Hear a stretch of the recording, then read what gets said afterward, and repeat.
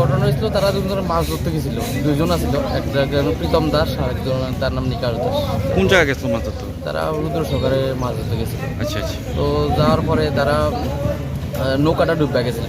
হ্যাঁ। নৌকাটা ডুবে যাওয়াতে তারা একজনে নৌকাটা উড়াইতেছে, আর এই নিকাশ যে ছেলেটা যে মারা গেছে কিন্তু হচ্ছে সাঁতরায় আয়াপর তুলেছিল।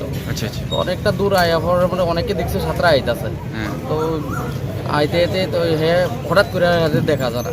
তো যে নাকি তোমার যে নৌকাটা প্রীতম দাস নৌকাটা উড়াইছে, হ্যাঁ। তে আবার তাড়াতাড়ি করে এদিকে আইছে, এসে তারা খোঁজাখুঁজি করছে, অনেকের চিল্লি দিয়ে অনেকের জোরও করছে, জোর করে অনেক খোঁজাখুঁজি করছে।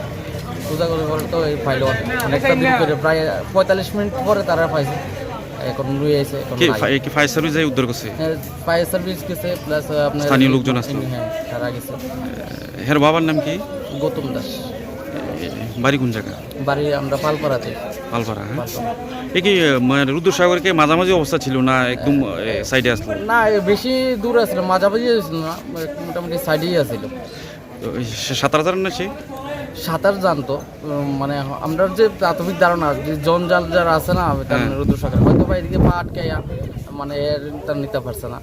এই যে মানে অনেকটা হাঁপাইয়া আইছে, তো অনেকটা হাঁপাইয়া আনার পরে আপনার পরিশ্রম হয়ে গেছে, হয়তো বা ক্লান্ত হয়ে আর নিতে পারছে না, সাঁতারটা নিতে পারছে না, এরকম একটা ধারণা আর কি।